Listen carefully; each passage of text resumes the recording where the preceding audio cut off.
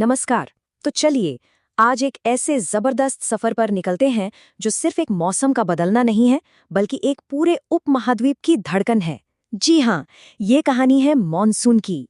सबसे पहले जरा इस नंबर पर एक नजर डालिए। 11,872 मिलीमीटर। ये कोई मामूली आंकड़ा नहीं है। ये वो पानी है जो हर साल पृथ्वी की सबसे नम जगह मौसिनराम पर बरसता है। तो सवाल ये उठता है कि आखिर ऐसी कौन सी कुदरती ताकत है जो एक जगह इतनी बारिश करती है और पास की ही दूसरी जगह को लगभग सूखा छोड़ देती है। यही वो पहेली है जो हमें मानसून के दिल तक ले जाती है। तो चलिए इस पहेली को सुलझाना शुरू करते हैं। और सबसे पहले ये समझना जरूरी है कि आखिर ये मानसून है क्या चीज।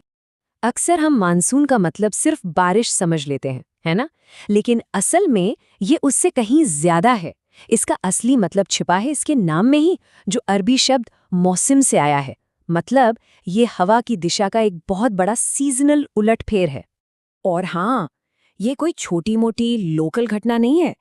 ये इतना अहम है कि कोपेन जैसे ग्लोबल क्लाइमेट सिस्टम में, जो पूरी दुनिया के मौसम को बांटते हैं, उसमें मॉनसून के लिए एक अलग कैटेगरी रखी गई है। तो ये जबरदस्त हवाओं का सिस्टम शुरू कैसे होता है? चलिए उस इंजन को देखते हैं जो इस पूरी मशीनरी को चलाता है।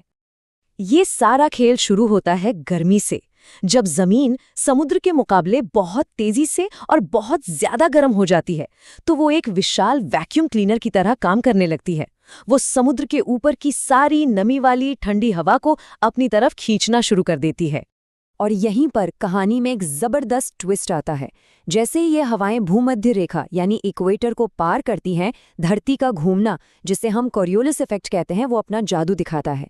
ये इन हवाओं को दाईं ओर धकेल देता है और बस यही एक मोड़ इन्हें भारत की जीवन रेखा यानी साउथ वेस्ट मानसून में बदल देता है। अच्छा, तो अब मानसून भारत की दहलीज पर तो आ गया, लेकिन यहाँ पहुंचकर ये एक नहीं रहता, बल्कि एक कहानी की तरह दो रास्तों पर निकल पड़ता है। आइए देखते हैं कैसे। और सुनिए, मॉनसून का आना कोई दबे पांव नहीं होता। ये आता है एक धमाके के साथ, जिसे कहते हैं मानसून बर्स्ट।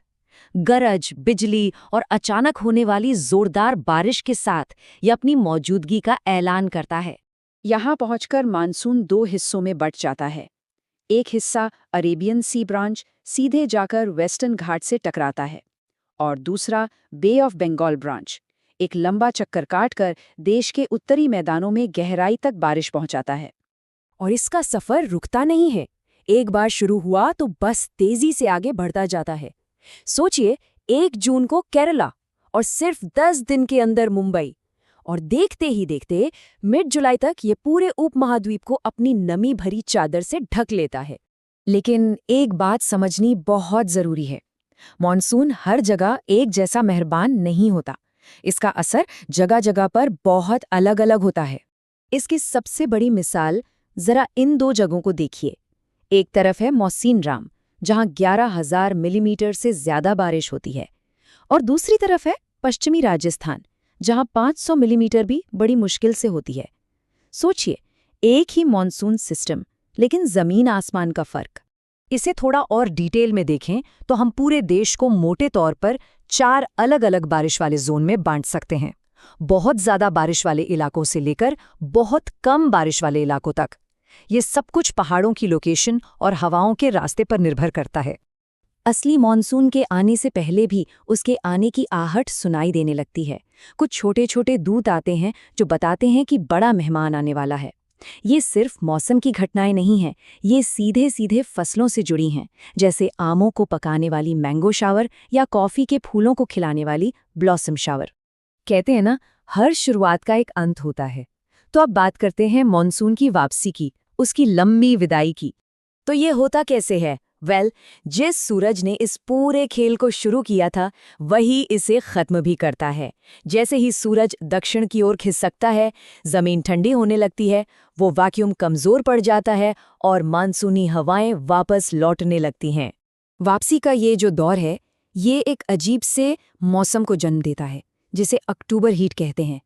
कई लोगों ने इसे महसूस भी किया होगा। बारिश बंद हो जाती है, आसमान साफ हो जाता है, लेकिन हवा में नमी बनी रहती है। नतीजा, चिपचिपी, उमस भरी, बहुत ही बेचैन करने वाली गर्मी। लेकिन मानसून जाते जाते भी एक आखिरी तोहफा देकर जाता है, खासकर भारत के कुछ हिस्सों के लिए। ये लौटती हुई हवाएं बंगाल की खाड़ी से नमी उठाती हैं और भारत के साउथ ईस्ट कोस्ट पर बारिश करती हैं। इसी को हम नॉर्थ ईस्ट मानसून कहते हैं।